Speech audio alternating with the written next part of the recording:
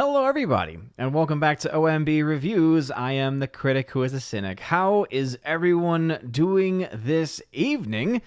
Welcome back to the channel. Happy Tuesday, and welcome to episode 448 of the Welcome to Asgard podcast, where tonight we're going to talk about the Mission Impossible 7 box office. There's been a lot of confusion, a lot of misunderstanding, I feel, about it, and this is only, of course, looking at the numbers as they currently stand, as they are currently available to us. So obviously these are all subject to change if we see any actual drastic movement in said numbers, which as at this point, looking at both the domestic and international together, as we have to look at them both together, at this point in time, it is acting like a typical Mission Impossible film and is doing just fine. It's not doing amazing to the point of it breaking records. We're definitely not seeing a Top Gun Maverick performance here, and we will likely not see that performance happen domestically. It'd be very unlikely for that to happen, but we are seeing quite a bit of life in those international numbers, and it is still set to get a release in Japan, though I do like to add that caveat that there's apparently also a Miyazaki film coming out this Friday as well in Japan, which will, of course, take up, I would believe, to be a large portion of those box office numbers in Japan because, as we all know, animes do very, very well in that country, let alone from one of the most prolific anime animators of all time. Many of you know Miyazaki's work from some of the big movies that he has done, Spirited Away, etc. But of course, his work with Studio Ghibli is the most well-known. And so for that to be coming out this weekend, it's going to be taking a lot. But we also know that Japan is a very different type of market. We oftentimes will see smaller releases in that country that end up ballooning up, well, over time. There's a very different movie-going populace there in Japan. Their movie-going habits are a little bit different, and it's all about that long game in that country if a film has any chance of doing well. But we'll talk about all those details also. We will talk about Sound of Freedom and how it is just whooping butt at the box office right now, well above its weight, well above its class, and why I think that this is a big reason as to how the mainstream media is continuing to try to perpetuate nonsense about the film and continue to try to perpetuate actual conspiracy theories. I would argue that the media is the one embracing conspiracy theories that have no basis in reality, and how it's not working, and how Sound of Freedom is doing something that most other movies are not able to do, percentage-wise. The actual raw money coming in for the film, again, compared to its budget, is incredibly impressive. However, I do think that there are some out there that are, I think, wrongly speculating that somehow Sound of Freedom is taking money away from a movie like Mission Impossible Dead Reckoning, which, again, if you just look at the actual numbers and the actual data, does not actually seem to be the case. Two things can be true at once. Sound of Freedom can be doing incredibly well, and it can also not be stealing audiences away from going to see Mission Impossible Dead Reckoning Part 1. So we'll talk about that. We'll also talk about Barbie and Oppenheimer box office numbers. We have some early projections coming out of Tony and Nance over at Deadline, so we'll talk about those numbers too. Before we go further, though, please make sure you smash that like button, ladder the fire button, obviously, and smash the rumble button as well.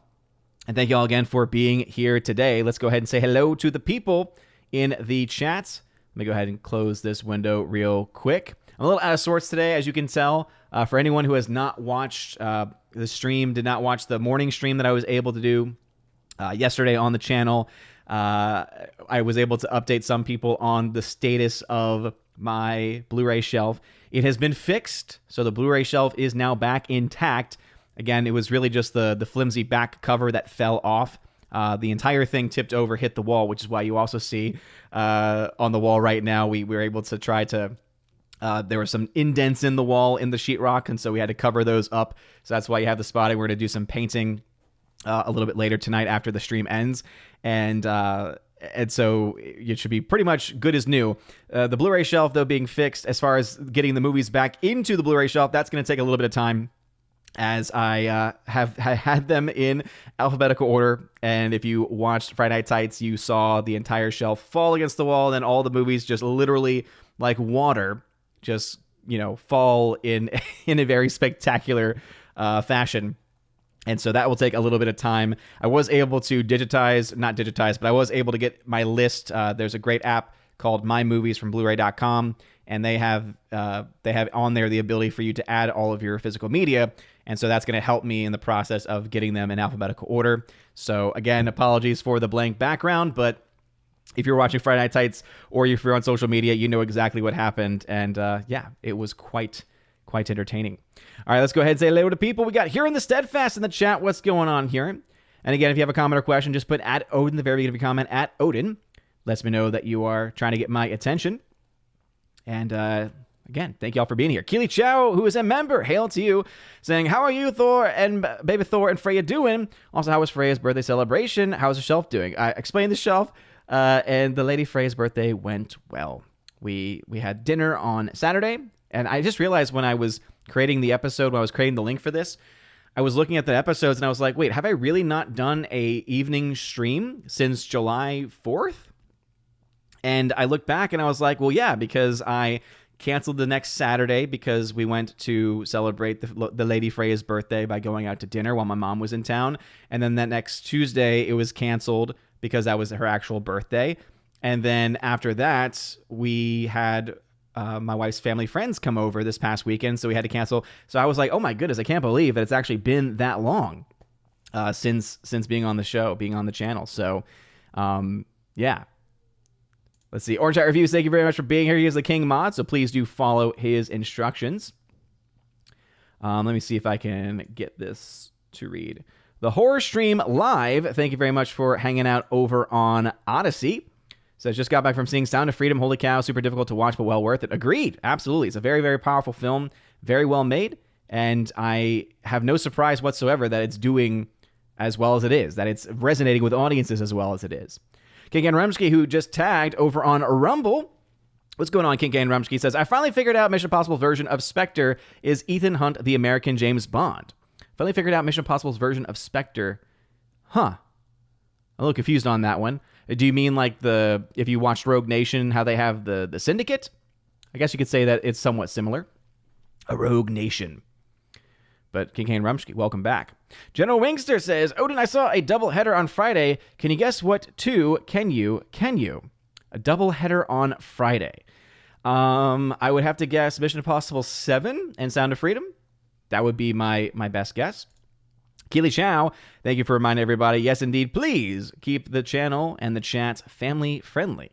General Wingster says, it was Joyride. Sorry, Joyride? What in the world did I just say? Joyride and no hard feelings. I regret everything. Goodness gracious, General Wingster. Why in the world would you do that to yourself? Why in the world? Joyride and no hard feelings. What were you thinking? My goodness. Thanatos Felicitas, what's going on? Thanks for tagging. Says, fancy meeting you here. I know. It's not like I saw you earlier. Kimberly G. What's going on, Kimberly G? I saw Mission Impossible 7 today. Fastest 2 hours and 40 minutes I've had in any movie. Great, but I think Fallout is a touch better. Yeah, I'm in the process of rewatching all the films, so I was able to get through a little bit more of Rogue Nation, and which is the 5th film. And so far, I don't know, there's just something about Ghost Protocol that I really, really like. And I can't quite put my finger on it because I don't necessarily think it's the story outright, because with Rogue Nation, you have the introduction of, I think, some really cool characters. Rebecca Ferguson's character, I think, is great, finding out more about her backstory. And then also the visual feats in Rogue Nation are also very impressive. Of course, in the very beginning, you have him hanging off the side of an actual plane as it's hanging off. I remember being blown away by that when it was first being promoted several years ago, back in 2015. And again, it was just as amazing watching it again. And then, of course, the entire underwater sequence, too, which is just really impressive that, Tom Cruise actually trained himself to hold his breath for a certain length of time. It really is amazing. And again, that's why these films are so much fun. That's why I think Mission Impossible 7 is a great film. And, I think that some people are just getting a little bit caught up on the movie, who are, I think, maybe they don't even realize what they're doing, but it sounds almost as if they're like attacking the film in a certain respect, when it's like, look, I know I'm not saying that it's the best Mission Impossible movie. I'm not even saying it's the best movie ever, or even the best movie of this year. Is it in my top 5 of this year? Absolutely. Because fact is that it's a lot of fun. It's a very fun, entertaining movie. And guess what? That's why we go to the movies. And as you all know, I'm not all for the popcorn turn off your brain nonsense. I have to have at least some coherence to the storytelling. And guess what? That coherence is there. Something that Mission Impossible films, for pretty much the entirety of it, I would argue that Mission Impossible 2 falls off the rails. By the way, after rewatching Mission Impossible 2, I can absolutely confirm that movie is trash. I'm sorry, it's just not good. If anything, I can understand why someone would like it from a nostalgia standpoint, because it came out in the early 2000s, and so it has that, that 2000 look and feel. But I guess that's my problem with it too, is that it's dated. And I think that really good movies especially are able to not feel like they're stuck in a certain time frame. Like even the first film came out in the 90s, it doesn't really feel too much like a 90s movie, if that makes sense. Basically, it still holds up today. Whereas with Mission Impossible 2, I was cringing, and I was like, oh no, are they really doing these types of shots? Are they really doing this? It just doesn't hold up. Let's see. They call me Mr. Williams. What is going on? Miss Minnesota hockey fan, how about a hockey player? Candy T, what's going on? Thank you very much for being here. As always, 2023 movies, thank you for being here. Luis L says, hello from France. What's going on? Wayward Noodle in the chat. Hail to you, Wayward Noodle. Thank you very much for being here. We got Great Wuda in the chat as well. Thank you for being here, good sir. Great Wuda. Hamilton Burger, what's up, Burger? Hamilton Burger tagged to say, I wonder if more actors are starting to come around. In an interview with Margot Robbie and Greta Gerwig about Barbie, Margot Robbie seemed to avoid labeling the movie as feminist, even while Greta Gerwig did.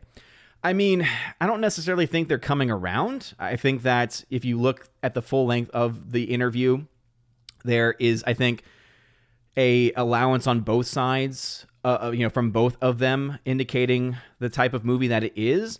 I think that what we have to understand, and obviously if it's coming from the director, I don't think it's as easy to do what I'm about to say, but sometimes it's required of us to look past what the actors, especially when actors in movies are claiming certain agenda items are in movies. Sometimes we know that it's not true. Sometimes when the movie eventually comes out, we see, oh, the actor is just trying to push forth an agenda that's not explicitly in the movie.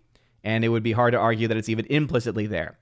Now, when it comes from a director or a writer, okay, no, I'm not going to give the benefit of the doubt there, because they're the person that was behind the camera. They were the person that had a vision for the movie.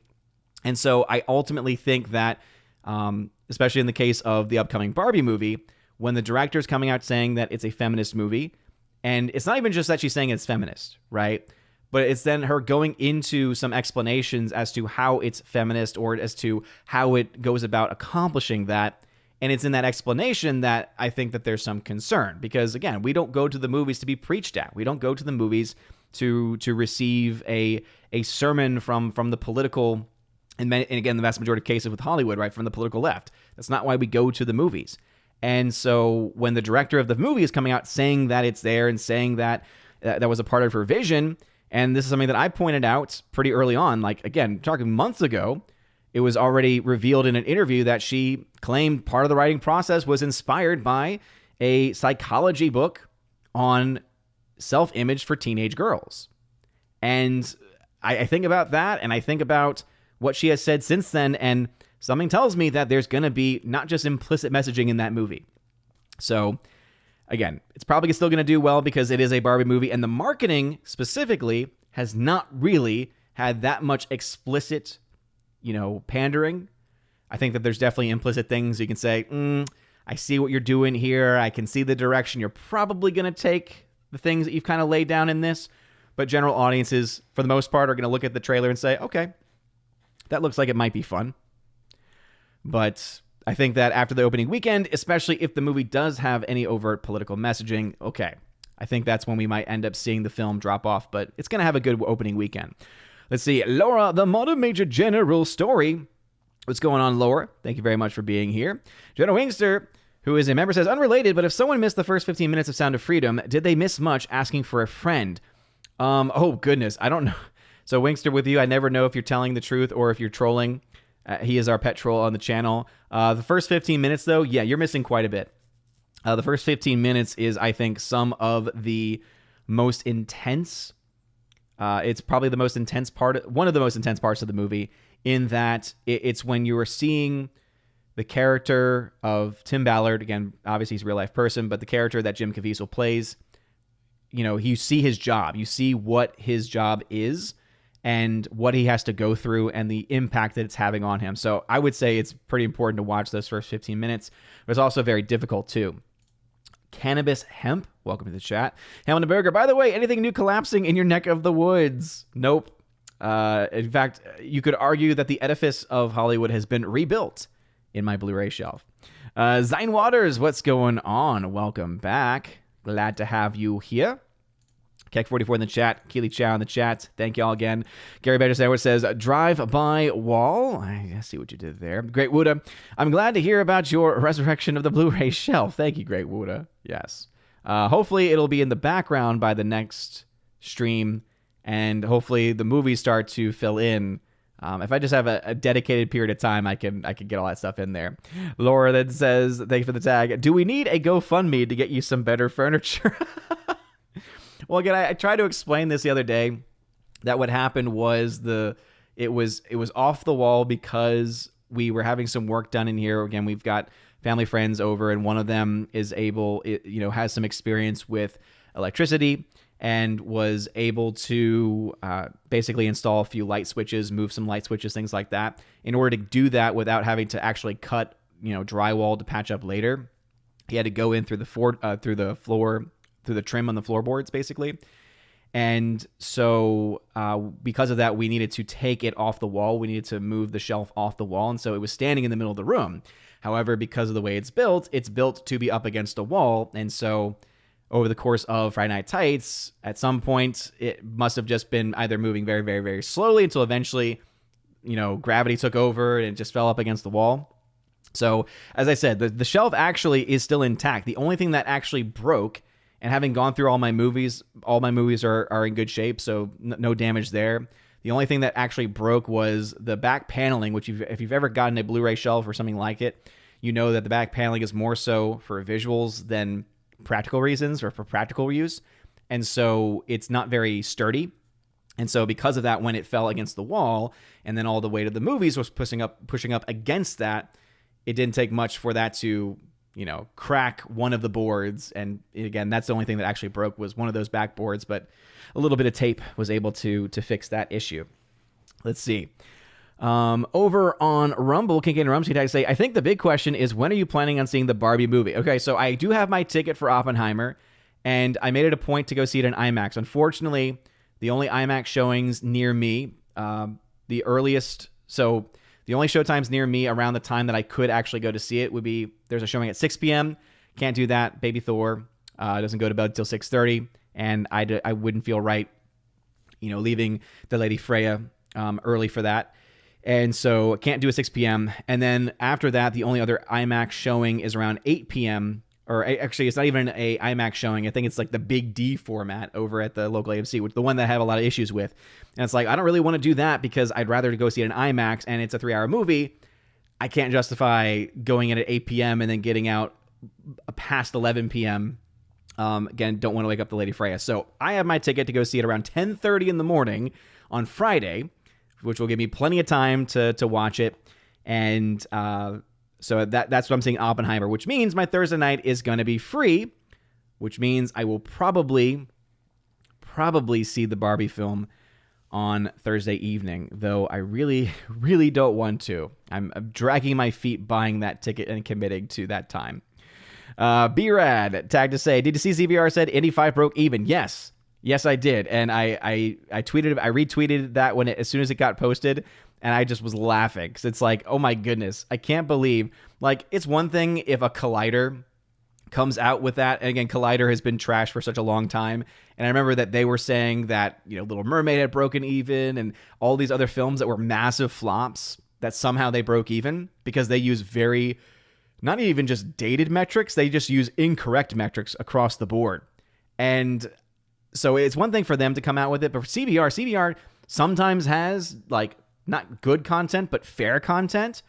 So for them to come out and say that, and then the fact that they also worded it in a way where they said it's broken even, quote, internationally, is also one of the most silly things that I've ever heard, because anyone who actually follows box office knows you get a lot less return on your box office dollar if you're a studio going international versus going domestic. You get a lot higher return on your box office domestic than international. Now, again, if you get a huge amount of money internationally, though, guess what? Doesn't really make that much of a difference. And then because you do have that massive take domestically, you can still get about maybe, when all is said and done, about half, 50 to 60% of the entire box office. And, but yeah, for them to say that is just so out of touch with reality. It's pretty ridiculous. It's pretty ridiculous. Jeremy Zakowski, welcome back. Tag to say, so are you saying you own all of the flop movies? Sure. George Bonnie 90, what's going on? Richard B, welcome back. Bruce hanging out in the chat as well. Hail to you. I'm going to try and get through as many of the initial comments and then jump into the main news talking about Mission Impossible Dead Reckoning. So appreciate y'all. Patience. General Wingster says, Odin missed my birthday. I did. I'm sorry, General Wingster. Happy belated birthday. Happy belated birthday, man. And actually, no, we had figured out, General Wingster, that you actually share a birthday with the Lady Freya. So I do apologize for not being live on that day, though. Let's see. Lord, time to say, I thought Mission Impossible was long until I heard about Oppenheimer's runtime. Yeah, Oppenheimer is 3 hours long. Solid 3 hours. I hear it's great. The early buzz about the movie is that it's really good. I have some concerns because apparently there is like nudity and sex in the film, and as you all know, that kind of stuff for me is just so unnecessary in movies. But I expect and hope that that's going to be a very, very small portion of that 3 hour movie, and that the vast majority of it instead is going to be focused on the drama of the development and implementation of the atomic bomb. So yeah, I'm definitely interested to see what it's going to be and how good it's going to be. I hope it delivers. I'm one of the few that actually enjoyed Tenet, so I have some high hopes for it, as it is a Nolan film. He very rarely lets me down, but he has. So, Orange Eye Reviews, whose member says, Joyrod, Odin, do I have to warn you that this is a family-friendly stream? Great Wuda. Let's see, he says, so you agree that Mission Impossible Dead Reckoning Part 1 is a great film title? No, Great Wuda, no. It's still a terrible film title, and it's way too long. The film title is longer than the movie, if you know what I mean. Mark Lisseth, what's going on? Welcome back. Joey's Movie Blog, tag to say, my first filmmaking project is finally getting off the ground. Auditions start in August. Congratulations, Joey's Movie Blog. I hope that it goes well. Let's see. Road Rager says, greetings from Rhode Island. Mission Impossible 7 was awesome. Well, hey, thanks for being here from Rhode Island, and I agree. It was indeed a lot of fun. It was a great film. Great summer film, especially. Let's see. Hardwick says, Haley Atwell's screen test for Dead Reckoning was 2 hours of stunt choreography to find out what her ideal fighting style was. Nice. And you know what? I think they did an excellent job and an excellent pick. She was awesome in the film. She was fantastic. General Wingster, as a member, says, but Odin, which is worse, Mission Impossible 2 or Unicorn Store? I mean, that's no competition whatsoever. Unicorn Store is an abomination, right? Mission Impossible 2 is bad. And I think you could even argue that Mission Impossible 2 is funny in the same way like the prequels are funny, the Star Wars prequels, because they're so bad, they're funny. Mission Impossible 2 kind of feels that same way because it's so 2000 and it's so poorly made in that 2000 way that it has that cheese factor to it. So where it's almost just funny at that point. Unicorn Store is not funny. Unicorn Store is just, again, it is one of the worst films that's ever been made, and it just sucks the life out of you. Rob D, hello, Odin. Got tacos and nachos tonight. Very nice. Had myself a quesadilla tonight. It was actually, I'd never had this before, a sweet potato quesadilla. It was quite good. Oh, man. General Wingster then says, I'm just kidding you. I don't watch trash. Good. I'm glad to hear that double feature was not actually true. Double back again. I'm sorry that the spackle is distracting. I'm sorry. It's just the way the timing worked out tonight. General Wingster, I saw Mission Impossible 7 and missed some of Sound of Freedom. I started at the part where he went undercover with the prisoner. Okay. So you still missed some then, but that's, I think, kind of like that big part because you just, again, he kind of dives into the psychology of that prisoner, and you just see a little bit more of what he has to go through and deal with. And I assume, does that mean that you would, again, I've only seen the film once. If you missed the title sequence, I think that's also a very powerful part of the movie too. But yeah. Let's see. Laura says, just finished the Bear series on Hulu. One of the best series I've seen in a long time. The hype is well-deserved. Interesting. Don't know much about that one, to be honest. Dan Crane, what's going on? Hail Odin and the family. Hail to you. Joe Wingster says, wait, Odin, your shelf broke. Quick, make sure all the John Wick 4Ks are fine. All the movies are fine, unless I missed something. Hammond Burger, be honest, because of the timing of the collapse, clearly the reason that your shelf is a bit of a drama queen. Yes. This is true. Mike Jackson, what's up, says, duct tape solves most problems here in the South, including Blu-ray shelves. Roll Tide. Again, duct tape, apparently, yeah, based on what I saw, it looked pretty darn good. Sahil, what is going on? It's definitely annoying that it won't be in IMAX, but it will still be in theaters, and it'll still be in a plethora of theaters at that. Rob D, can't wait until Aquaman 2 hits theaters. I'm expecting one auditorium with one showtime per theater. By one auditorium, I mean a 15-inch CRT television with 3 chairs at the end of the hall. Nice. Okay. I think that's a good spot to jump then into the first story tonight. So I will jump back into the chat after we get back from it. Let's go ahead and then talk a little bit about Dead Reckoning Part 1. And let's talk about the box office. So, you saw in the title, right, talking about the confusion of the Mission Impossible Dead Reckoning Part 1 box office. So the reason why I say confusion is because, for one, it is a bit of a head-scratcher. And the reason why it's a bit of a head-scratcher is because, if you look to the likes of Deadline, Box Office Pro, many people were speculating, right, and it made sense to me, as it was being reported, that the opening weekend for Mission Impossible was going to be around a $90 to $100 million domestic opening weekend of the 5-day total. It came in well below that number, right? It ended up being closer to around $80 million for those days, right? This is including here the $5.3 million that was projected to have come in this past Monday. And so because of that, there have been some people speculating that, oh, well, it was supposed to make 90 to 100. It only ended up doing somewhere between, somewhere around 80 million. Okay, that seems to indicate then that this movie is not very big and that this movie's not doing well and that this movie is going to be a flop and a failure.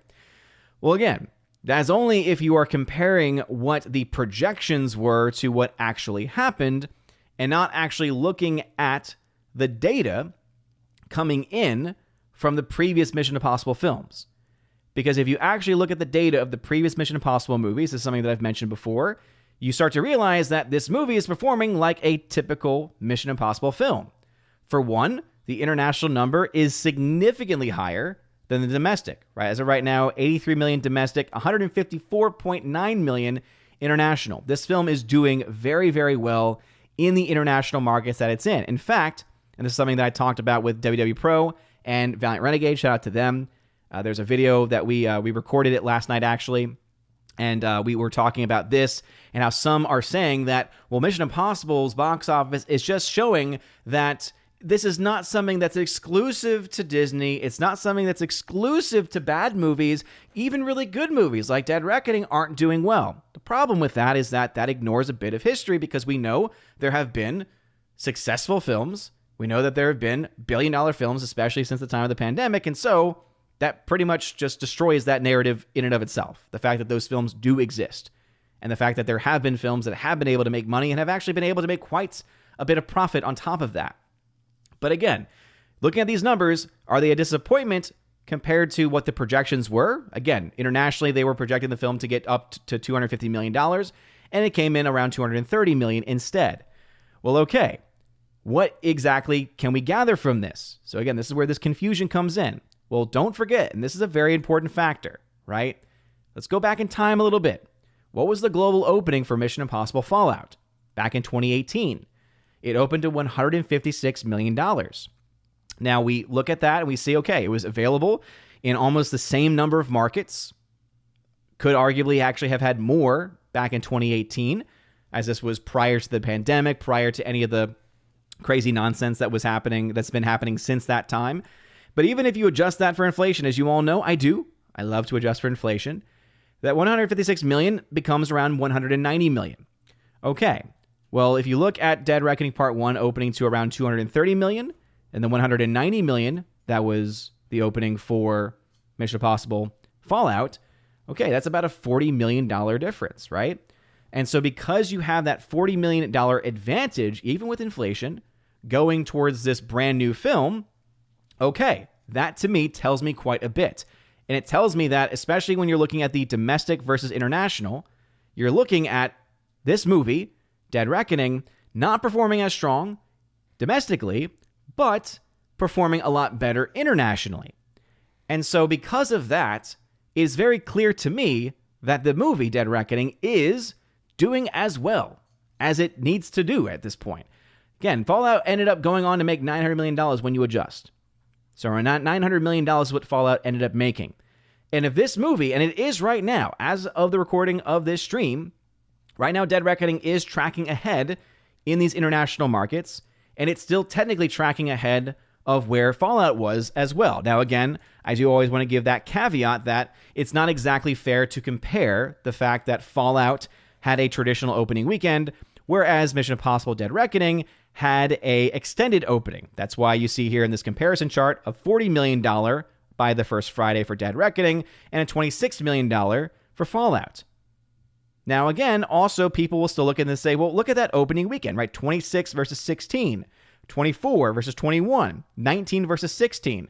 Yes, those are all true, that the opening weekend for Fallout was better than what it was for Dead Reckoning. But remember, there are millions of tickets that were sold in those previous days, which is the reason why you have, by the first Monday, $83 million for Dead Reckoning, $78 million for Fallout. Now, some people are also saying, but wait a minute, that's a pretty steep drop-off from the Sunday to the Monday for that movie. But here's the thing. It was about the same as it was for Fallout. 19 million to 7 million, 16 to 5. Those are almost the same exact percentage level drop. So even that in and of itself does not mean that the movie is somehow doing poorly. Again, Fallout went on to make around $252 million domestically, so not a huge domestic hit there. But then internationally, Fallout went to make $650 million. Well, we all know that right now internationally, Dead Reckoning is actually tracking a little bit better in various markets versus Fallout. And because of that, then we can assume that if those trends continue, if those numbers continue to come in, and again, those week 2 numbers will give us the best estimate of that, will give us the best understanding of that, well, then it means that, okay, internationally, we can still see the film get better than what Fallout made. It would make sense for that to actually be the case. So you're looking at what, $700 million internationally as a potentiality at this point, if not more? And again, we still have a ways to go for that to actually happen, but right now, the numbers seem to indicate that it's doing well internationally. Whereas domestically, okay, it's not doing nearly as, it's doing slightly less than what we saw from Fallout in certain metrics. But again, it's hard to compare them because they are very different in their openings. But I can't honestly look at these numbers and say that $200 million domestic is out of the realm of possibility for a film like Fallout. I think it's absolutely still possible for that to actually happen.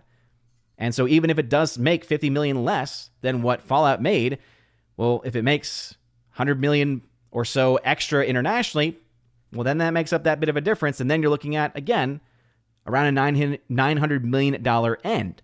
But there's also that potentiality that it does even better internationally than what even I suspect could happen, which is why even $1 billion is still on the table. Now, is it likely? Is it absolutely going to happen? Again, that's not at all what I'm saying.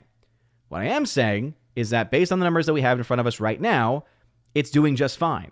One other example that I have pulled up right now is the box office for, not Ant-Man, Guardians of the Galaxy Volume 3. This film just got out of theaters. It ended its run around $840 million. All right, so just shy of the $850 million that I thought was possible, but hey, got pretty close. Now, domestically, the movie was a pretty big moneymaker there, especially for this, calendar year. $358 million was where it ended. But internationally, it was only at $480. So if this movie was able to make $850 million, right, doing very well domestically, but not nearly as well internationally, and you're seeing a very different split domestic versus international, not as strong domestic for Dead Reckoning, a lot stronger international for Dead Reckoning. Okay, well then, even then, you still have, again, these two examples where, and that's why I think $850 to $950 million is a very likely scenario for this movie. But I suspect that especially when we get those week 2 numbers in, not only will, of course, we be able to make much better estimates and much better understandings of what's going on with the movie, But also, we might be able to start to speculate as to what that likely end point for the film will end up being.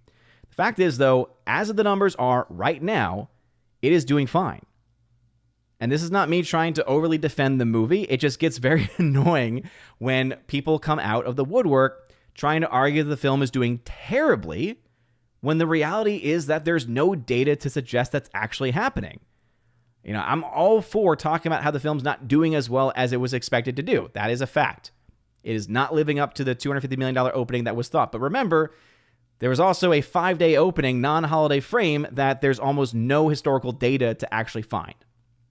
There's actually no historical data, and there's really no comparable releases that you can find.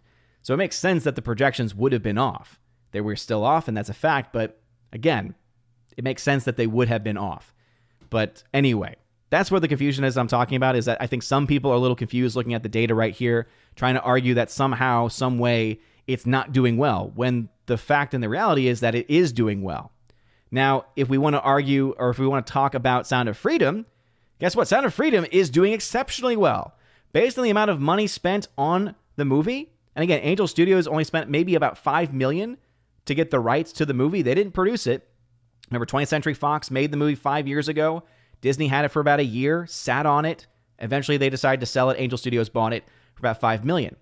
So they've made $90.7 million after 2 weeks of being at the box office. It is still making $1,500 per screen. Its per screen ratio is actually even better than what Dead Reckoning Part 1's ratio is. Now, this is again where these other bits of confusion come in, because there are also some that are speculating that, well, maybe Sound of Freedom is taking audience away from Mission Impossible. Now, whereas I can't say that that's not happening at all, because again, clearly there's going to be some people who would have otherwise gone to see Mission Impossible who might have ended up going to see Sound of Freedom instead. The only way to make that argument, and it all stems from essentially looking at that comparison, looking back to the comparison between what some thought, myself included, thought Mission Impossible would be similar to the release of what we found with Top Gun Maverick. And I know that some have argued that Top Gun Maverick not performing, or rather Mission Impossible not performing as well as Top Gun Maverick, means that that audience must have gone somewhere, and that the argument is somehow they're going to Sound of Freedom. The reason why that does not actually work is because, okay, look at how much money was made by Top Gun Maverick at this same point in time. Look at how well that movie did. Sound of Freedom is doing very, very well. It's not doing Top Gun Maverick levels well. It's just not there. So again, I think that's a bit of a misnomer. But Sound of Freedom is still doing exceptionally well. It has a great per theater ratio, is having great holds, and that's why it's going to get to $100 million by the end of the week, before the week's even over, most likely. And when it opens internationally, who knows what happens? Because we all know this film is going through a lot of crap. We know there's probably going to be some countries that do not allow this film to actually get a release. But what we have in front of us right now are two films, one doing exceptionally well, especially compared to its budget, especially compared to what Angel Studios actually is going to be making back on this movie, which is an insane return on investment. You spent $5 million and you're at $90 million at the domestic box office, and you're going to see a huge portion of those receipts. That's massive profits right there. Disney wishes it had this movie right now. With Disney's massive hundreds of millions of dollar losses in things like The Little Mermaid and things like Dial of Destiny, etc., they wish they had something like Sound of Freedom, where it was a guaranteed $100 million profited movie. And that's just where it is right now. I mean, we're looking at that happening in the next week. Who knows where the end result ends up going? Could we see 150 million domestic? Could we see upwards of 200 million domestic? Who knows? But it's doing incredibly well. So again, Dead Reckoning Part 1 is doing fine. It's doing exactly what a Mission Impossible film tends to do. There are no signs or indicators at this point that the film is a failure. The only argument one could make is that, well, it cost roughly $300 million. Even if it does get to that $900 million mark, which seems, again, based off of the historical data, seems like a likely end result, then, you know, at that point, it's barely breaking even. But this is something that Valiant Renegade mentioned in our discussion last night. And again, check out the video on WW Pro. But he made a very interesting point in that all the Mission Impossible films have had very, very, very successful post-theatrical numbers. What does that mean? It means that Paramount, as a company, is, when it puts it on Paramount Plus, not going to do that right away, for one. It's going to take a long time. It's going to be a very long time before it actually gets put onto Paramount Plus. Also, remember that means that there's going to be deals for distribution rights in other markets. Basically, Paramount Plus, this is how Valiant Renegade worded it. I think it's a very good argument. Paramount Plus is where? North America. Disney Plus, where is it? International, right? So when Disney releases a movie on Disney Plus, they are giving themselves a movie for free. They're not making money off of that. Paramount Plus, when it puts its movie onto Paramount Plus, it's giving its movie to free to itself, but that's only going to affect the American domestic audience. It doesn't have Paramount Plus in Japan, in Australia, or in any other country. What does that mean? It means that it's going to be able to sell the rights to the movie for the international screening. So even if the film does only end up getting to $900 million, really the movie only needs to get right at that break-even point, it's going to be fine financially because it's going to be able to make its money back post-theatrical. That's not even including Blu-ray sales. That's not even including 4K sales. But the fact that it's going to get money coming directly from selling the streaming rights to other companies at those international markets automatically means that it's going to be able to make whatever money is left over that it needs to make back. And again, once the movie actually finishes its run, we'll call balls and strikes. We will absolutely call it as we see it. We will absolutely say, hey, this movie theatrically was a $50 million loss, was a $20 million gain, whatever the end result ends up being. But there is going to be more to the story because there are those alternate revenue streams that are going to be directly tied to the movie itself. But anyway, we'll go ahead then and jump back into the chat to see what y'all have to say about the things that we are discussing right now. And again, thank you all very much for being here. I thought I saw Sensei Mike in here. I hadn't seen that name in a long time. What's up, Sensei Mike? Bow to your sensei. Bow to your sensei. What's up, dude? I feel like it's been a long, long time. But welcome back. Glad to have you here. All right, let us see. Where did we left off? General Wingster says, oh, that's cool. But that's right, Odin. I have been your wife the whole time. Bum, bum, bum, bum, bum, bum. Kimberly G. Tenet was better upon my second viewing. Oh, yeah. I mean, I tell this story all the time. I heard all of the rumors of how, not the rumors, it was a fact, of how the sound design and mixing was terrible for Tenet and that you couldn't understand the vast majority of the movie. So when I went to go see it, I went in hyper-focused. And when you have ADHD, you actually have that capacity. You don't have full control over it, but you can have those moments of hyper-focus. So I was able to do that for seeing the movie. I was able to understand 95% of it. And I enjoyed it for that reason because I thought the story was very interesting. I loved how the world worked and the world was built. It was, again, very, very compelling. But at the same time, I also was like, if anyone hates this movie because they don't understand it, I completely agree. I think that is objectively a problem for the film, that its sound mixing and sound design are so poor that the vast majority of the audience can't actually understand what's going on. So, I mean, I definitely agree with that. But yeah, I did like Tenet. Let's see. Harvick says, without openly saying spoilers, do you think that considering all of the Lord of the Rings parallels in Mission Impossible 7, the bridge scene parallels the bridge of Khazad-dûm, a certain character could return? Personally, I don't. I don't think that's what's going to happen because, again, just because a movie happens to mirror other movies does not guarantee or mean, for one, that they're actually actively doing that, or two, that they're following in the same pathway. Because let's just be fair, when it comes to storytelling, there are tropes, right? There are certain stories, there are certain types of stories, types of storytelling where you'll see it shared between many, many different movies. And so, again, I personally don't think that that's going to happen. And I think it would actually be a terrible narrative choice. I think that the choice they made in Mission Impossible on the bridge was, again, I'm not going to say it was the right choice, but I think that it was a good choice in the fact that I think it served the story. It didn't feel like it was a waste. It did not feel like it was unwarranted for what the story was telling us at that point. I think they had already raised the stakes to being at that level. And so I think that for them to take it back would be a mistake story-wise. And again, just because a film happens to mirror other films does not mean that it, one, is, or that two, it's going to follow in a similar footstep. Let's see, Jenner Wingster says, I didn't realize that Mission Impossible 7 had such a long runtime, so I thought I had enough time. That was incorrect. Yeah, you always have to account for also that extra 20 minutes of trailers. That always, to me, throws off a lot of the movie going and a lot of the trying to plan to do multiple screenings. Laura's like, yes, chart time. We all love charts here at OMB Reviews. We love the charts. We love all the charts. Let's see. Steven, I say, do you really believe that these actors need a second job just to make a living? If they are the regular everyday actors, yes. I know that as a fact.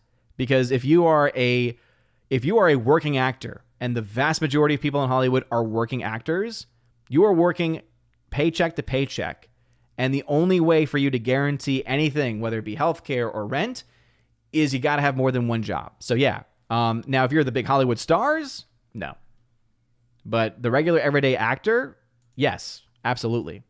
I know that to be true, factually. Let's see here. Over on Rumble, Golden Rage, what's going on?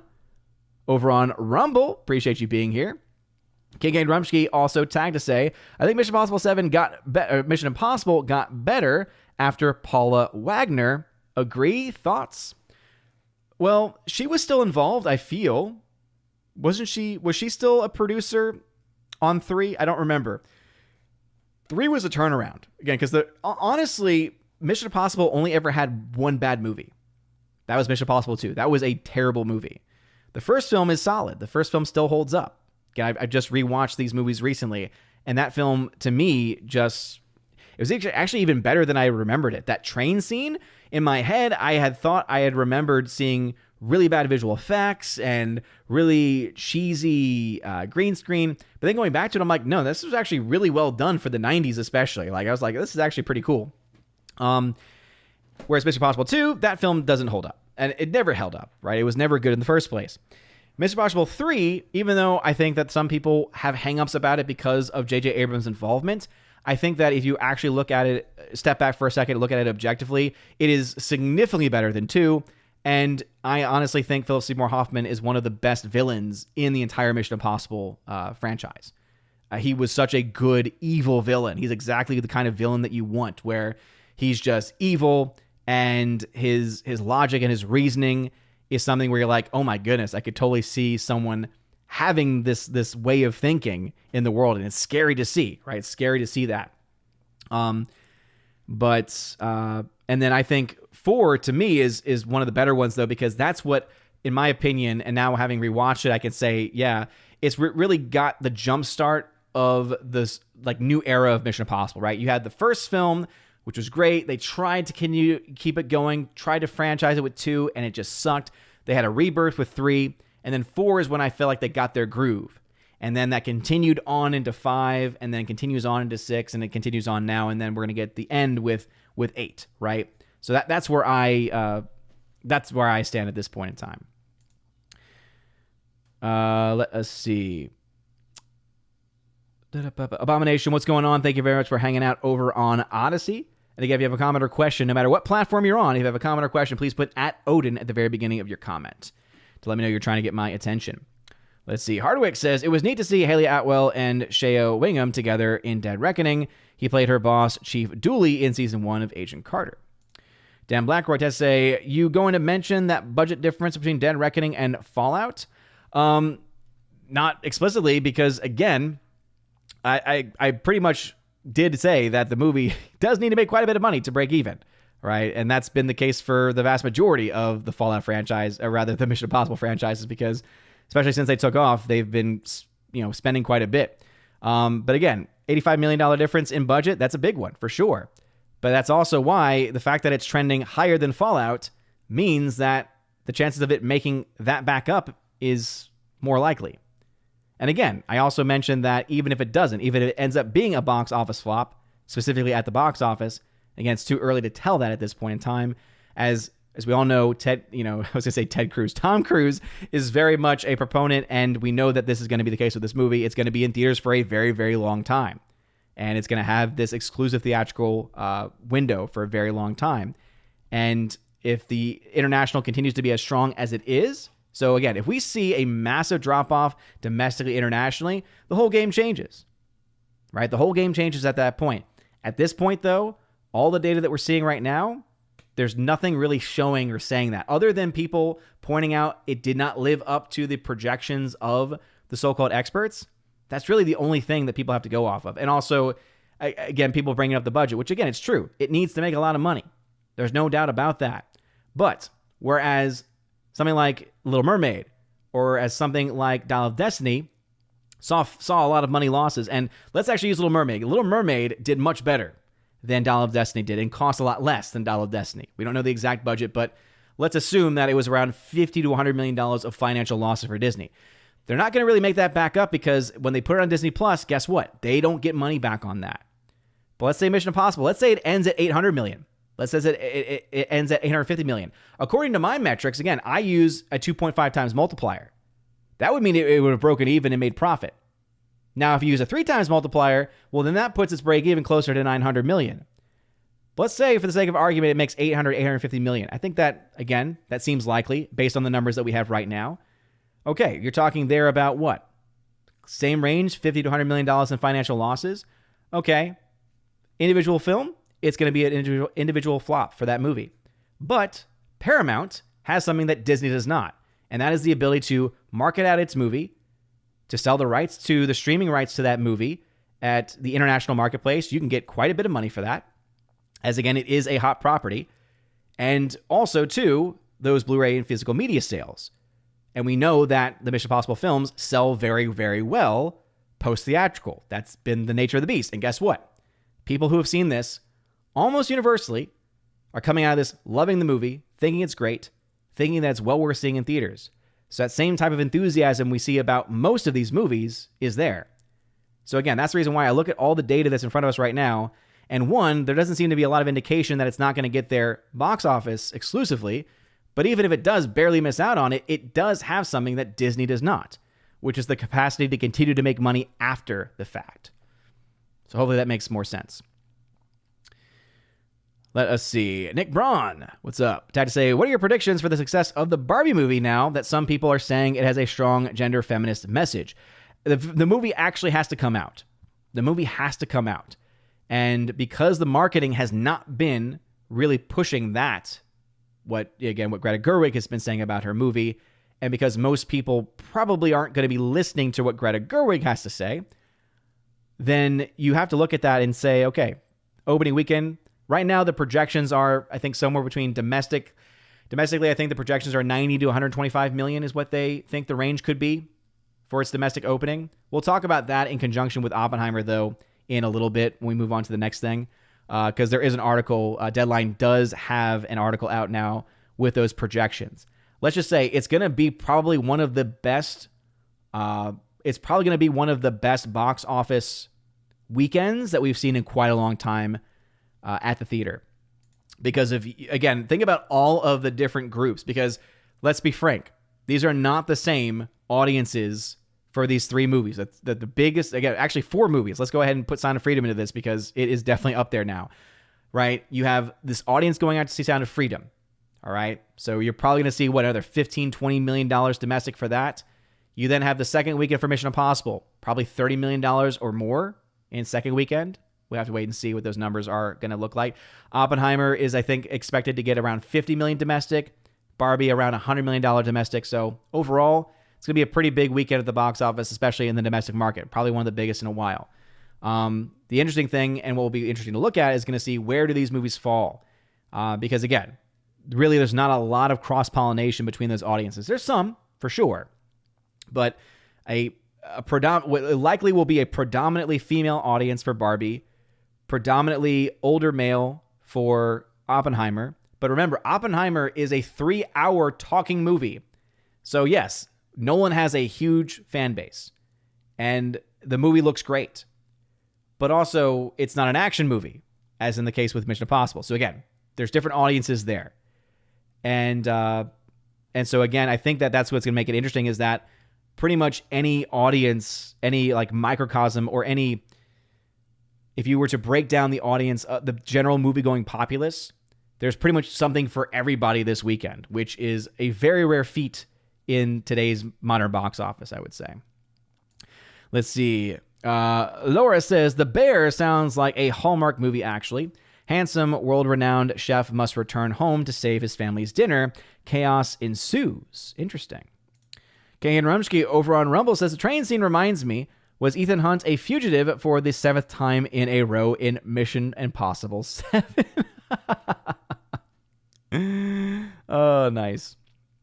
Let's see. Dan Blackroy, his member, says, WWE Pro and Valiant Renegade making up numbers to fit a narrative they want to tell. Again, Dan Blackroy, please, yeah, please don't go after them like that. I just, again, I am going to go ahead and say that, especially in the case with Valiant, the points that I just brought up that he made, they are completely sound. Because it is something that even I didn't even think about. That Paramount does not have its streaming service in those international countries. You do make money when you sell streaming rights to your movie. Think about how much money was spent by the owners of TNT TBS to get the streaming rights to Star Wars, to the sequel trilogy. Those are very large deals. So that's not fake money. Now, if someone's going to try to add that after the fact to the box office take, if someone tried to do that, and guess what? Neither of them are doing that, then you could say that's sus. But that's not at all what's happening here. But anyway. Let's see. Great Wuda. Titus say, quick question. MI7 had world premieres in Rome, Korea, Japan, and New York City for starters. Do those movie premieres added to the production budgets? No. Again, the production budgets are estimates that we get. Typically, they are right on the money. Not always. Disney, especially, we have found out more recently, has been very much undercutting and underselling their budgets. We've projected and thought that for a while, but now we actually have confirmation with the data that's come out of, for instance, Doctor Strange 2. We found out from the tax documents coming out of the UK that it ended up costing an extra $100 million to make that movie. But as far as what that is concerned, no, that would be more so a part of the marketing cost. So that's why you have the production budget is the actual making of the movie itself from start to finish. The marketing then takes over to try to sell the movie. And so marketing would also then include any of those premieres, any of those special events, things like that. That would all be from the marketing of the film. So, all right. Back into the chat. Let's see. Orange Hat Reviews. The member says, I just reminded this Saturday I won't be able to mod. I will be at a class reunion. Well, hey, that's awesome. Harvey says, Christopher Quarry has hinted that he plans for more Mission Impossible movies after 8. I have a hunch he's setting up Grace to be the new lead after Ethan. I think that he might be saying that. I think a lot of directors tend to say certain things to try to basically keep things interesting and keep people guessing. That very well could be the direction they decide to go in. I just think that would ultimately be a poor choice. I think that she having her own story would be great. I don't think you should call it Mission Impossible anymore, to be perfectly frank. But who knows? We'll have to wait and see. Fedigator tagged to say, do you think the writer-actor strike continues for 4 to 6 months? If so, how do these studios theaters survive late 2024, 2025 with no movies to show? I think that the writer's strike will go on for a bit. And again, this is pure speculation. I just remember the last writer's strike went on for quite a while, and it impacted movies and shows, right? The destruction of Heroes, the show, a lot of that was because of the writer's strike.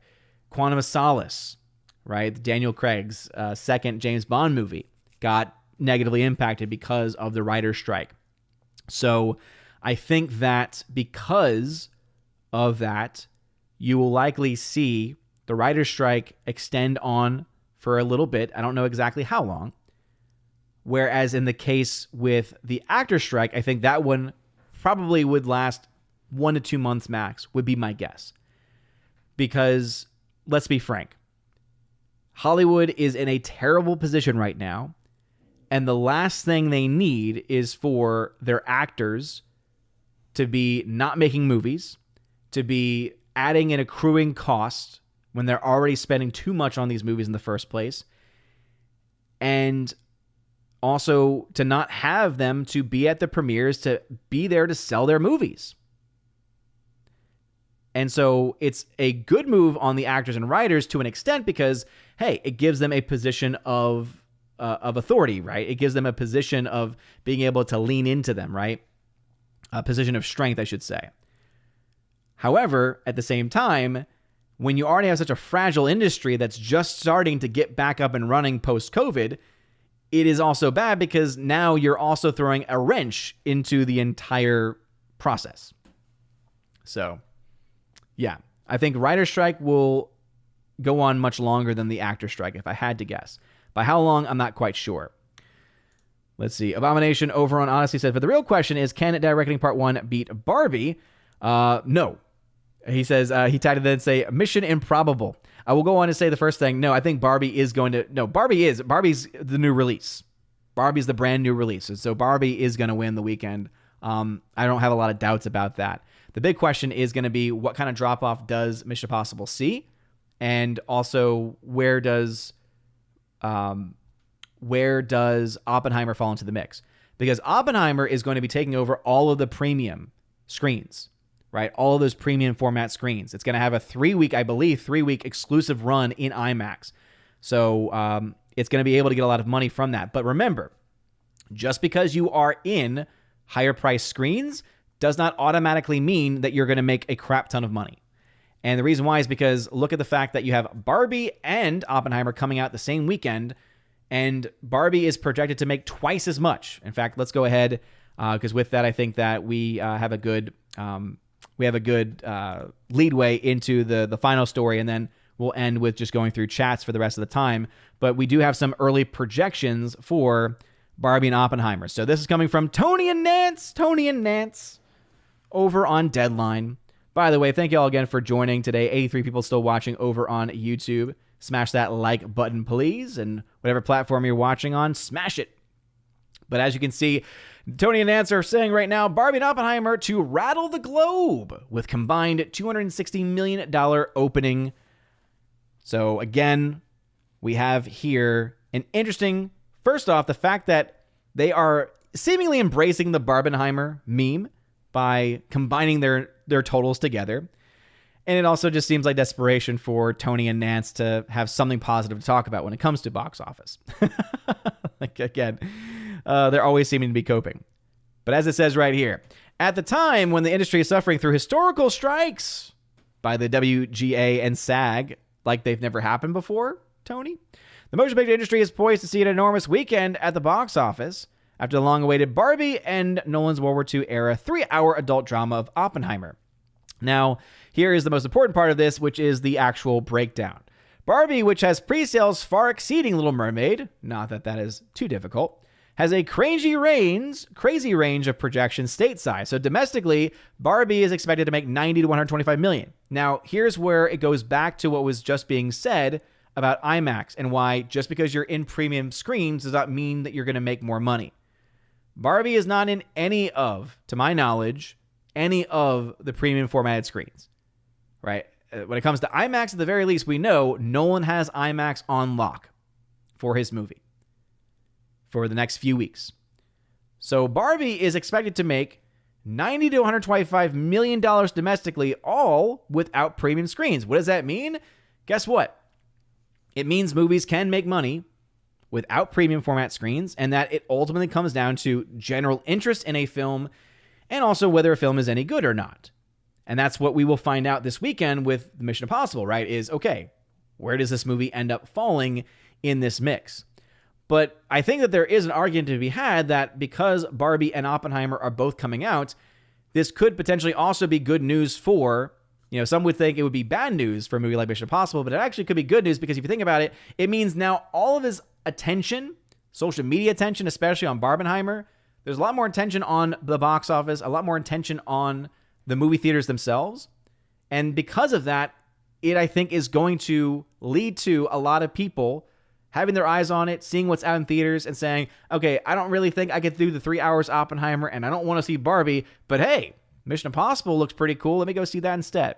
How much of that is going to impact it? I couldn't say, but it wouldn't surprise me if there's some of that like almost rubbing off, as it were, because of all the attention and because of all of the focus that's going to be on the box office this coming weekend. So 90 to 125 million is the domestic. Warner's is saying 75 million, so they're trying to, of course, be much more conservative, so that way if it does overperform, they can then say it is overperforming, etc. Worldwide, it's eyeing around 165 million, which would be 60 to 65 million dollars from the offshore international markets. So that means a global opening for Barbie is projected to be around 165 million dollars, whereas for Oppenheimer is $100 million, a global start. Now, that's a pretty strong start, though, when you have a 3-hour movie with people talking. So what this means is that it seems, based on the numbers, based on what we're being told right now, that Barbie will end up winning the weekend, domestically and internationally. Oppenheimer will probably be coming in a very strong second in both the domestic and international markets. And as I said, it would not surprise me to see Mission Impossible also be in the mix here, coming in with a strong third. Now, there are some saying, well, hey, we've seen very strong performances coming out of Sound of Freedom. Could Sound of Freedom potentially come in that number 3 spot, beating out Mission Impossible? Is it possible? Sure. Is it likely? I would say no. And the reason why is because it's doing very well. No one's denying that. The Sound of Freedom is doing exceptionally well. But also, it is now going into its third weekend. It is an independent film. It has a lot of support around it. But I also think that it probably is starting to, and we'll find out very soon, it's probably starting to run out of people to see the movie that have not already seen it, that are actually interested in it. What I mean is that the unfortunate thing about the media is that they do have influence. They are able to convince people of false things. We know this to be true. And I think ultimately you look at how many people, how many of these mainstream elitists have attacked and gone after a film like Sound of Freedom. And even though the movie has proven against all of the odds that it's able to perform well because of a huge word-of-mouth campaign for the movie, the question is, okay, well, how long is that going to last? Because this is a fact. It can't last forever. It can't last forever. It eventually is going to start to lose money from week to week to week and leave theaters. But it's going to probably take a while for that to happen because of the amount of support and love the movie is actually getting. So it's going to be interesting to see, but I would not be surprised if this is now the start of the decline, but I don't think it's going to be a rapid decline. I think that we saw a 35% increase, roughly, this past weekend for the movie. It wouldn't surprise me to see single digits, maybe even, small, low double digits drop from last weekend, having seen that increase from the week before. Whereas, again, looking at where that movie was, if it has that type of a decrease, that's where I think it would still leave that room for a film like Mission Impossible to still come in the number 3 spot. It's going to be fun to watch no matter what, right? No matter what the 1, 2, 3, 4 ends up being, it's going to be a really good weekend for the box office, and that's great for theaters, right? Screw Hollywood, screw them, but you know what? When the theaters are winning and the audiences especially are winning, I think that's a good thing. But I, of course, will get back to y'all on whether Barbie is just complete nonsense or whether it is just the actors and director causing a bunch of, chaos when it's not actually there in the first place. All right, over on Rumble, King and Rumsky tagged to say, do you think they replace Tom Cruise eventually for Ethan Hunt's character due to the age like they do in James Bond? I don't think they do right off the bat. Could they do it down the line? Who knows? Paramount is still a studio that could make decisions like that. I think they would be dumb to do it, though. I think that they can look around and see, okay, we can't just keep this franchise going forever. And my hope is that Paramount would probably learn from the mistakes that have been made by Disney and Warner Brothers in their massive box office flops, that maybe they should take a break. If that's what they want to do, if they want to reboot it, or if they want to continue it with somebody else, they're going to have to let things settle for a little bit. Let things calm down for a little bit, right? Before actually going forward with it. So anyway, that's where I would be on that one. Let's see. Golden Rage on Rumble then says, Nick Diglio says the Barbie movie is a masterpiece. I think Diglio's overreacting. He tends to do that. He's a movie critic in Chicago. I mean, when a critic in general, especially a professional critic, is saying something to that degree, I immediately question it. I immediately question it, especially when I know the caliber of quality or lack thereof coming from Greta Gerwig. Abomination over on Odyssey says, that Barbenheimer thing reminds me of when Doom Eternal and Animal Crossing came out. People were making so many memes pairing them together. Nice. He then went also before that said, it sounds interesting. I wonder how much people watch their spending. Spending so much more for a 3-hour movie might put more people off. That very well could be true too. But remember, it's also going to be available in regular screens. So it'll be interesting to watch for sure. Definitely will be interesting to watch. All right, back into the YouTube chat. Jonah Winkster says, actors are waiters. Many of them are, but not all. Cultural breakdown, what's going on? And I would disagree. No, Mission Impossible 2 was bad. It was bad. And it's not, again, unfortunately, it is still a Mission Impossible movie because it has the title for it. I know what you mean by that. But no, it's just a bad movie. Rob D says, what is it that makes Mission Impossible 2? Plot, too far-fetched stunts, bad CGI, really, really bad camera work, the editing and the pacing, and really just the entire vision of the director. He films it in such a way where it becomes almost a parody of itself. And that, I think, is the biggest problem of all with it, is that it's not a film that can really honestly be taken seriously because of how it is filmed. Zine Waters says, Mission Impossible 3 is the only one I've liked. I liked Ethan's wife and was disappointed they got rid of her. Yeah, again, I think that 3 has a lot going for it, but nah, man, 4 is so much better. Again, I like them both, but 4 is so much better, and I disagree. I think that all of the ones since then have been fantastic. Let's see, Forever Sci-Fi, whose member says, I wonder how long a movie you could put together if you just took all the crew's running scenes and put them together. It would make a great gym motivation video. That'd be interesting.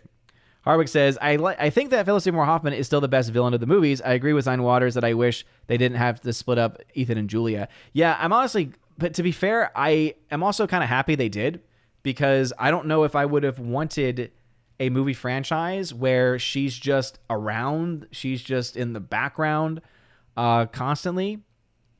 I just don't think it would have worked out. Whereas with the other women that they brought into Ethan's life, you have a former MI6 agent, you have a lifelong thief, professional thief, pickpocket in the new character that has been established, the new character of Grace in Mission Impossible 7.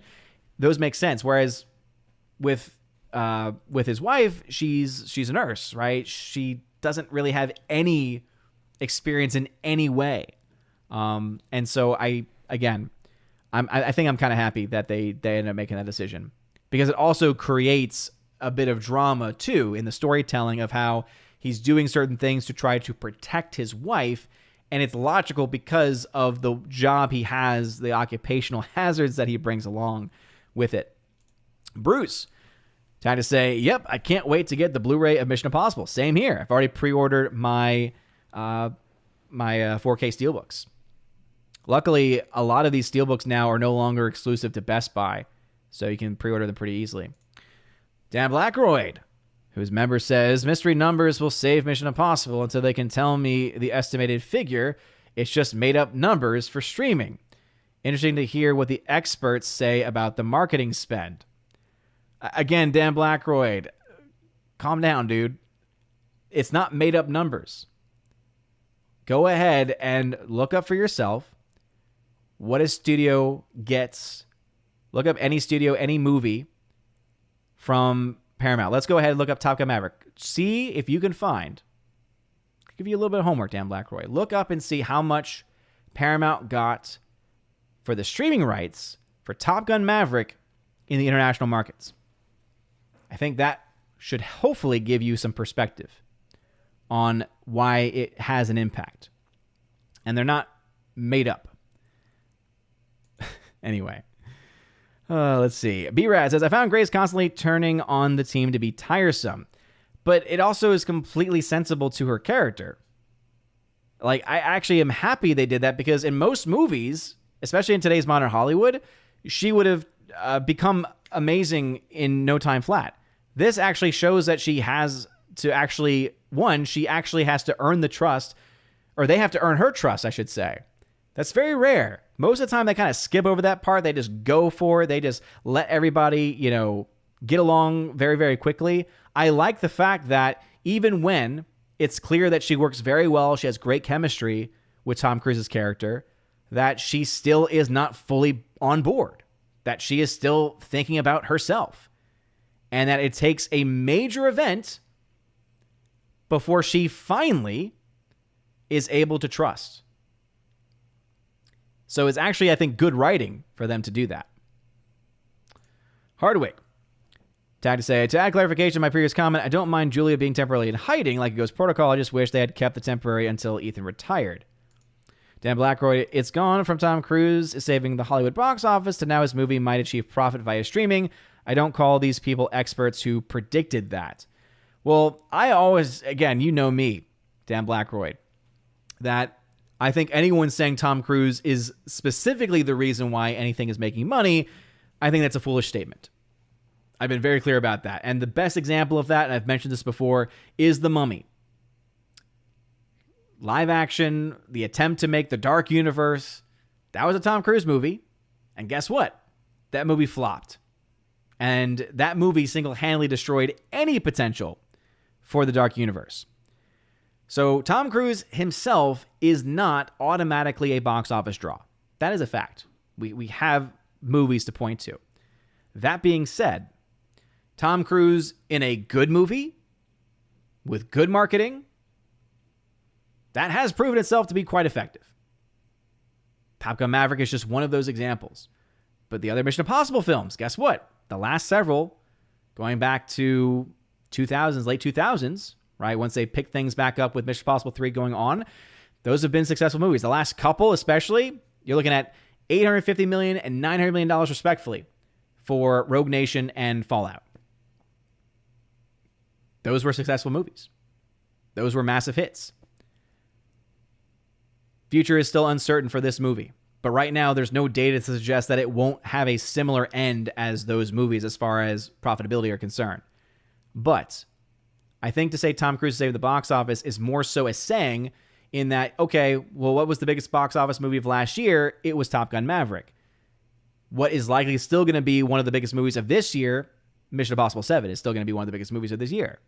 Even if it doesn't get as high as what some had thought. And again, I said, I think $1 billion is possible. I don't think it's guaranteed. And I definitely don't think it has any chance, and this is even going before the movie came out, I did not think it had any chance to get close to what Top Gun Maverick made. But it is still a good movie that's getting very high praise, that is getting great word of mouth. And we have seen that consistently has been a great formula, especially when you have Tom Cruise in a leading role, pushing for his movie, advocating for his movie. And that has been a pretty good combination of things. So, again, we'll still have to wait and see what the actual numbers are for this movie by the end of it, but I still think it's going to do well and think it's doing fine. Bruce says, yeah, for me, Oppenheimer is just going to be a Blu-ray buy, no theater visit. Man, Bruce, but even...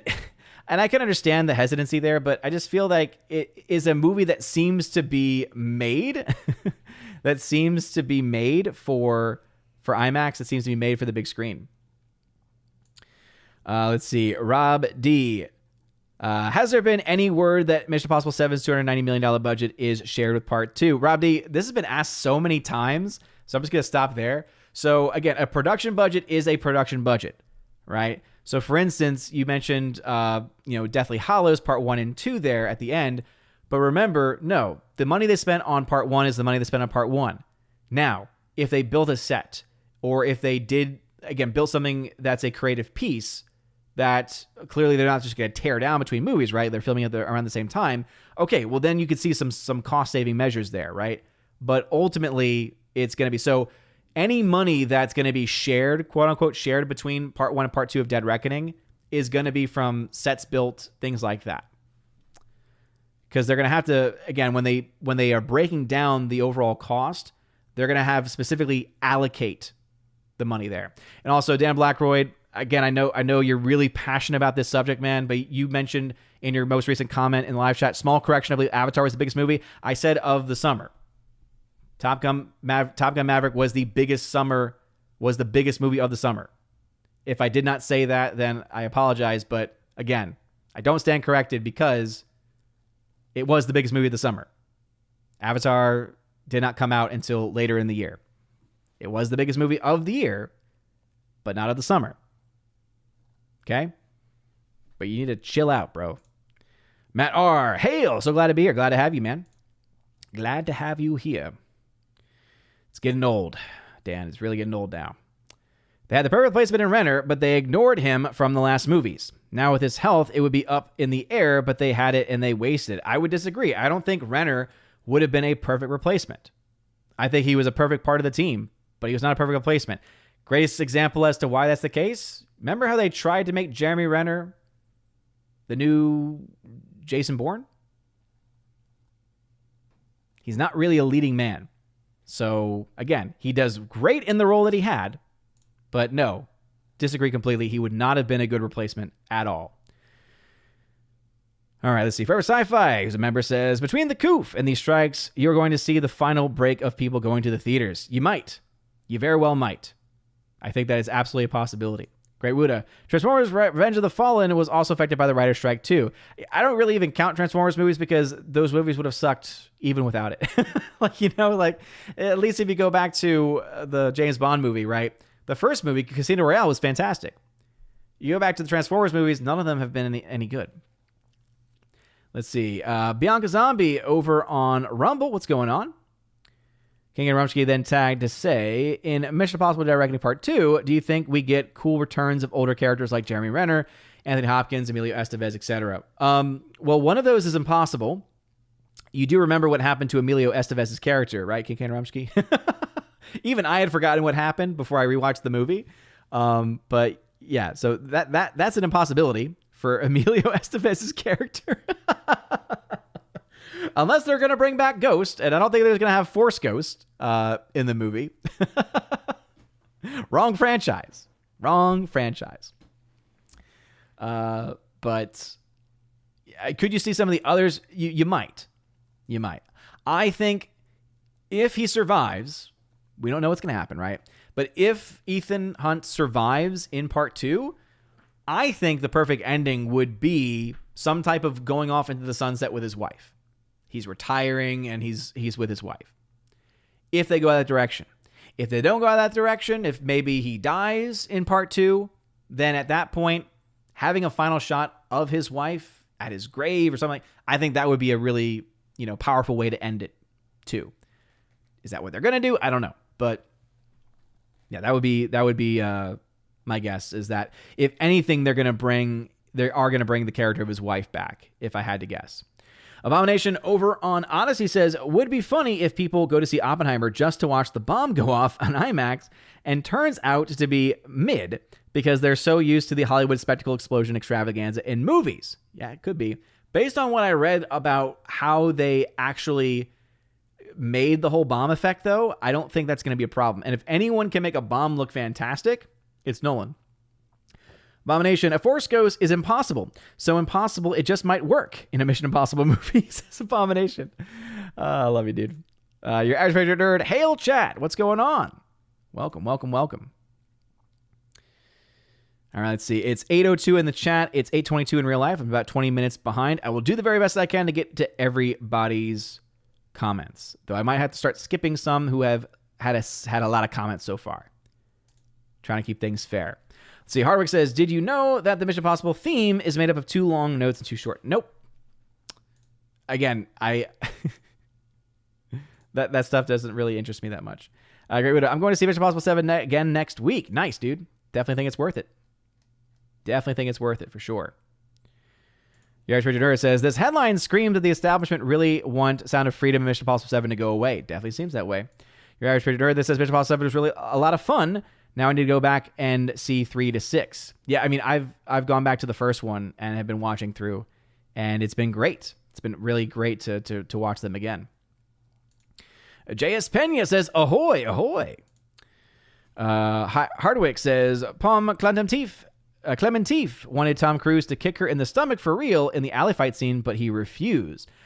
She was awesome, too. I mean, she was great in the film. She was fantastic, and I honestly, when I was doing even my review, when I was mentioning her name, I had no idea who she was. It wasn't until I was watching, I think it was Az's review, where I finally realized, oh, this is the same actress that plays Mantis. I was like, wait, I didn't even see that. Because of just, again, how different the characters' looks are. But yeah, Palm Clementif was awesome. She was so kick-ass in that movie, in Mission Impossible. So it was a really awesome scene too. It was a very well choreographed fight scene. JS Pena tried to say, I saw what happened on Friday Tights. Either God actually does exist, or you didn't set up the shelf right. Or both things or two things can be true. One, God does absolutely exist, regardless of the shelf. And two, the shelf was well constructed. It just is not made to be filled with Blu-rays off the wall. Zine Waters says, considering Mission Impossible was never about Ethan Hunt, who wasn't even in the original TV show, they could easily reboot it with new characters. They could. I don't want them to. I think it would be a mistake for them to do that. And I think that because of the strikes, they might actually have time to think about these decisions. Whether they do or not is anyone's guess, but one can hope. Jazz Pena. Also, I pity the fools who thought Barbie was going to be good. Yeah, I didn't have high hopes for it in the beginning, especially once I found out that Greta Gerwig was attached to it, but oh well. Miss Meadows, a hockey fan. How about a hockey player? I am hoping to see either Mission Impossible 7 or Sound of Freedom in theaters. I think I will wait for Oppenheimer because of the long runtime. I would suggest both Mission Impossible and Sound of Freedom. I think that both of them are great theatrical watches. Out of all of them, though, I haven't seen Oppenheimer, so I can't say for sure. But there are certain movies that are made for the big screen, and there are others that are made to be seen in either a home environment or theatrical. Sound of Freedom, as good as it is, it's not a movie you have to see in theaters. Mission Impossible 7, it's a good movie. It's going to be great no matter where you watch it, but it's going to be a lot more impactful in a movie theater. And I suspect Oppenheimer will be the same. Patron Nerd says, Mission Impossible 2 was boring. Yeah, it was just also not good. Dan Blackwood says, if they fool the villain using a face mask, it's a Mission Impossible movie. 2 counts. I do appreciate when you watch the old, the film from the beginning, how originally the masks are not nearly as elaborate as they are now, but also it's great because once they establish how it works in their universe, it is fun to see how not only they work with the mask, but then also how others do it too. Let's see. Victor Fontaine, what's going on, brother? Harvard had to say, as bad as Mission Impossible 2 is, it has one of my favorite moments from the franchise, Ethan Hunt getting shot in the head only to be another guy. Oh, that is a great moment. The acting of the villain is not. That's another problem. Someone was asking what the problems were. One of the other problems is that a lot of the acting in Mission Impossible 2 is not good. The villain, for sure, is one of those examples. Goodness gracious, it's cringe. No, you know what the best part of Mission Impossible 2 is? Anytime you hear the Limp Bizkit theme. Period. The Morak. To say Philip Seymour Hoffman was such a talented actor with tremendous range. He was hilarious in Twister. Oh, fantastic. Fantastic role. Losers go that way. Michael A. Any reason why Cruise and McQuarrie are inconsistent when it comes to shooting with IMAX? Fallout had IMAX scenes, but Dead Reckoning did not. I'm pretty sure Dead Reckoning, I think they filmed some of it in IMAX. Right now, honestly, I'm more intrigued by the drama going on behind the scenes with Nolan getting the IMAX exclusive, and apparently, I forgot what video I was watching, but it went into how apparently it was either the last Mission Impossible or it was this one or the lead up to this one, where basically IMAX like screwed over Mission Impossible in some way. I forgot what it was, but Zine Waters says, I thought Mission Impossible 5 was okay, but Alec Baldwin's acting was so bad. I honestly thought he was a bad guy pretending to be good, acting so the audience knows he's bad. I mean, Alec Baldwin, yeah.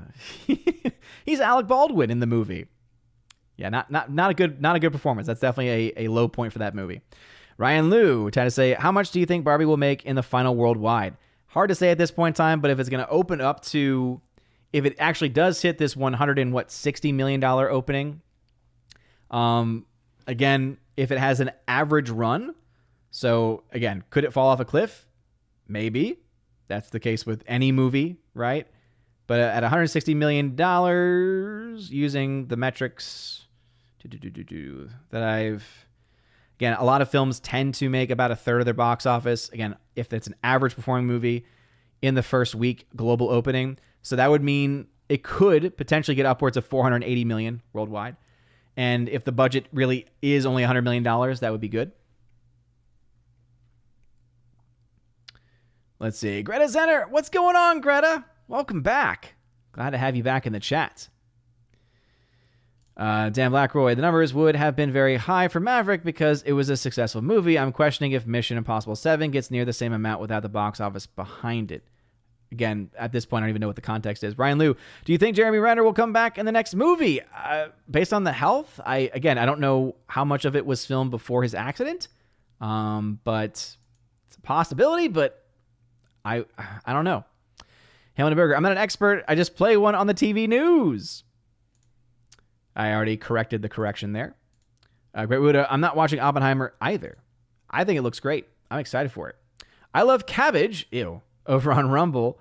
Let's see. It says, John Woo did Mission Impossible 2 like a Hong Kong action movie. It didn't translate well. No, it did not. KK Rumsky, in response to God existing, could your shelving have fallen because he wants you to bring back the lighting for the Saints days? Well, again, I have nothing against that because I actually was my favorite things about my old office. Unfortunately, with the way that my office is painted, the lighting choices just don't actually work. Like, for instance, today it's supposed to be bright white anyway. But yeah. Kimberly G. Oppenheimer looks so good. Don't know if I'll get back to the theater so soon, though. Yeah, again, it's definitely, it's something that one has to consider quite a bit. Definitely has to be something that one considers quite a bit. Greta, it's had to say, my friend and I are trying to coordinate a double feature with Oppenheimer and Barbie because we're crazy. No, you're just embracing the meme, Greta. Oh, man, Greta is going to fulfill the Barbenheimer. She's going to go full Barbenheimer on that one. All right, we are at time, so I'm going to try to get through these comments as quickly as possible. And again, if I do skip your comment, it might be because there's been a lot from you. Average Nerd, I want to see Oppenheimer, but the runtime looks daunting. But think about some of the greatest films of all time. Gone with the Wind? Look at that runtime. I'm not saying that Oppenheimer is at the same level. I'm just saying, just because a movie is long does not automatically mean X. Hammond & Berger, of course, they could have Ghost, Mission Impossible, even a whole protocol. Ryan Lewis, Tom Cruise really making Mission Impossible till he's 80? I doubt it. Based on everything that has been indicated about this movie, 8 should be the end, at least for his character. Okay, I'm skipping some comments again because I'm out of time. Ryan Lee, are you watching Oppenheimer and IMAX? I wish. I don't have one near me. The nearest one is in Nashville, and that's like 2 hours away. So what I've decided, Ryan, that's actually a good question. I decided that I was going to, this will probably be the last question, actually. I gotta apologize if I was not able to get to yours. But if Oppenheimer is good, I suspect that it will be, but you never know. If it is good, then I will try to plan out during these last days of summer that I have. I might try to plan out driving to Nashville to see the IMAX 70mm version, because you all know I love that stuff. I'm a big fan of these projects. I remember when Hateful Eight came out, one of my theaters was lucky enough to get the 35mm print that Tarantino was having sent around the nation. There was like this traveling projector basically that you could get in your theater, and it was able to play the 35mm. And I just remember watching Hateful Eight, and it was just awesome. It was so cool to see. So I would love to see the 70mm IMAX. The unfortunate thing is that it's about a 2-hour drive for me. So it's doable, but it's complicated, especially when baby Thor has to get to school, get back from school, and that's 4 hours of total driving and a 3-hour movie. So it's like a 7-hour frame that I have to plan out exactly right. So the movie basically has to be fantastic and has to be one of the best things I've ever seen, that it drives me to actually want to go see it in that kind of a theater. But anyway, that's going to be it for me tonight, everybody. I just want to say thank you again for watching tonight. This was a lot of fun, great discussion. Hopefully you've learned a little bit about why, again, right now the box office for Mission Impossible It's not really as bad as people are saying that it is. Just there's no data at this point to suggest that that's actually happening. Sound of Freedom is doing exponentially better than anything else that has come out more recently. And also we did go into some of the data, early data about Barbie and Oppenheimer, and how this coming weekend is likely going to be the biggest box office weekend that we've had in quite a long time. That's going to be a wrap for me, everybody, because I do got to go. We got family friends over, and tonight is their last night, so I want to be able to spend a little bit of time with them. Not sure what they're doing, and I think that we're going to try to also get the wall painted and whatever last-minute things that we need to do. And hopefully by the next stream, we are able to have at least the shelf back. Whether this movies or Blu-rays on it will depend on whether I have the time and the patience to actually get my movies in the order that they need to be in by that time. But with all that being said, you guys are awesome. Huge shout out to the mods. Again, shout out to Orange Chat Reviews and also to Laura, the Mod Major General. Orange Chat, my king mod. Seriously, you're awesome, dude. Thank you so very much for picking this up and for just running with it as you always do. And for everyone watching on YouTube, Odyssey, Rumble, if you're watching on Kick, I apologize. I just had a lot of stuff going on tonight to be able to have that chat up too. But if you're watching on Kick, thank you. Appreciate that. You guys are all amazing and beautiful people. Hope you have a wonderful rest of your day. And as always, God bless.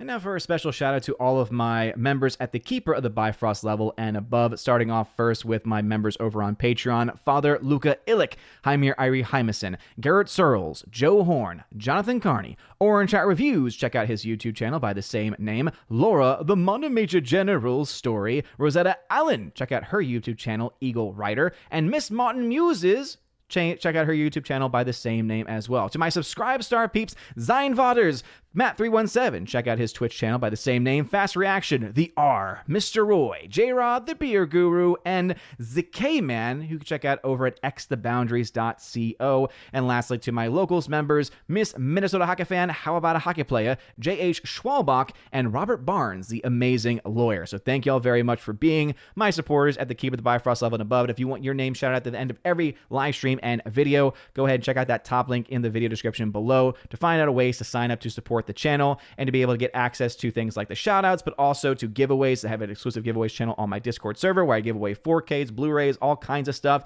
and also access to an exclusive podcast that I do once or twice a month, depending on what I'm able to get accomplished, especially over the course of this crazy, crazy busy summer. You guys are all amazing and beautiful people. Hope you have a wonderful rest of your day. And as always, God bless.